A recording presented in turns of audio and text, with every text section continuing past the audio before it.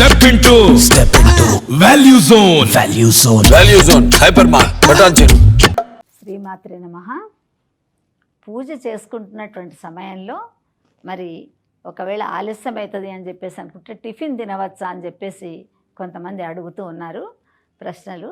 అయితే సత్యనారాయణ వ్రతం లాంటిది లేకుంటే గృహప్రవేశం లాంటివి అలాంటివి చేస్తున్నప్పుడు కంకణం కట్టుకొని ఏ పూజ అయితే చేస్తారో ఆచార్యుడి ద్వారా అలాంటి పూజలు చేసుకునేటువంటి సమయంలో కొంచెం వాళ్ళు పాలు తాగడము టీ కాఫీలు తాగడం అనేటువంటిది చేస్తున్నారు.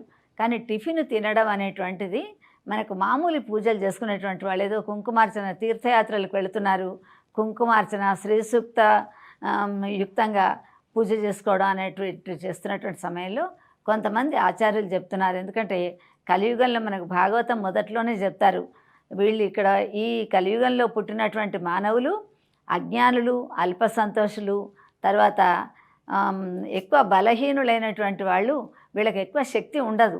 అందుకని చెప్పేసి వీళ్ళు పూర్వకాలం వాళ్ళు ఉన్నటువంటి విధంగా ఏకాదశి తెల్లవారే సోమవారం వచ్చిందనుకోండి 2 రోజులు 3 రోజులు పూర్వకాలం ఉపవాసం చేసేవాళ్ళు. కానీ ఈ రోజులలో షుగర్లు, బీపీలు, రకరకాలైనటువంటి వ్యాధులతో బాధపడుతున్నటువంటి వాళ్ళు ఉగ్రరోగ సంతక్తులు అని చెప్పేసి అంటాడు. అంటే అనేక దీర్ఘకాలమైనటువంటి ఇవాళ వచ్చి వెళ్ళిపోయే జ్వరం కాదు, దీర్ఘకాలంగా ఉండేటువంటి రోగాలు ఉండేటువంటి వాళ్ళు ఈ కలియుగంలో మానవులు. అందుకని వీళ్ళు మేము టిఫిన్ చేయకుండా మరి పూజ చేస్తామంటే కుదరదన్నమాట. పడిపోయే ప్రమాదం ఉన్న షుగర్ డౌన్ అవ్వడము, బీపీ ఎక్కువ అయిపోవడం అనేటువంటిది. అందుకని చెప్పేసి వాళ్ళు ఉపహారం తిని, అంటే నిన్న తిన్న ఆహారం కొంచెం జీర్ణమైనటువంటిది మన కడుపులో ఎలాగూ ఉంటుంది, మొత్తం కడుపు ఖాళీ కాదు. అట్లానే టిఫిన్ తిన్నటువంటి సమయంలో టిఫిన్ లోపలే ఉంటుంది కాబట్టి మనం ఆ సంకల్పం చెప్పుకునేటప్పుడు స్నానం చేసి పైన ఉపరి భాగంలో ఏ విధంగా శుద్ధి పొందుతున్నామో అలాగే పూజ చేస్తున్నటువంటి సమయంలో ఓం ఆచమ్య కేశవాయ స్వహ, నారాయణాయ స్వహ, మాధవాయ స్వహ, గోవిందాయ నమః అని లోపల ఉన్నటువంటి భగవంతుడు ఎవరైతే ఆత్మారాముడు ఉన్నాడో అతనికి కూడా మనం అభిషేకం చేసి శుద్ధి చేస్తున్నాం. అందుకని చెప్పేసి తినడం తినకపోవడం అనేటువంటిది వాళ్ళ యొక్క ఆరోగ్య పరిస్థితులను అనుసరించి వాళ్ళు తినవచ్చు. తినకుండా కఠినమైనటువంటి ఉపవాసం ఉండి కూడా ఇంత పూజ ఇంత దూరం వచ్చేసి ఇంత యాత్రా స్థలానికి వచ్చి చేసుకుంటాం, ఒక రోజు ఒక పూట తినకుంటే ఏమవుతుంది మనకు అని చెప్పేసి అనుకుంటారు. కానీ ట్యాబ్లెట్లు వేసుకొని ట్యాబ్లెట్ల మీదనే బతికేటువంటి వాళ్ళు చాలామంది ఉన్నారు ఈ రోజులలో.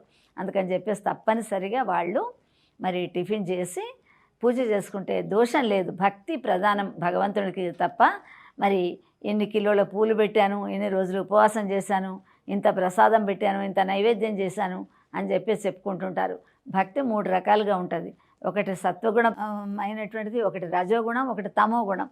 అందుకని చెప్పేసి సాత్వికమైనటువంటి భక్తితో భగవంతుడిని మాత్రమే మరి ఉపవాసం చేయడం అనేటువంటిది భగవంతుడికి దగ్గర కూర్చొని భగవంతుని గురించి ఆలోచించేటువంటి దాన్ని ఉపవాసం అంటారు తప్ప కటికోపవాసం ఉండి ఏమీ తినకుండా నిర్జలమైనటువంటి ఉపవాసాలు ఉండి వాళ్ళు పూజ చేయాలి అని చెప్పేసి మనకు ఎక్కడ కూడా చెప్పలేదు. శాయశక్తుల ఎంతవరకు చేయగలిగితే అంత చేయడం అనేటువంటిది మంచిది. అందుకని టిఫిను చేయకుండా చేయలేనటువంటి వాళ్ళు చేయవచ్చు. ఒకవేళ ఉన్నది కదా చేస్తాను అని చెప్పేసి చేయడం వలన వాళ్లకు మరి మాటికి లేసేటువంటి పరిస్థితి ఏదైనా పూజ చేసుకున్నప్పుడు డిస్టర్బ్ అవుతామేమో అని చెప్పేసి తినరు. కానీ తింటే దోషం మాత్రం లేదు.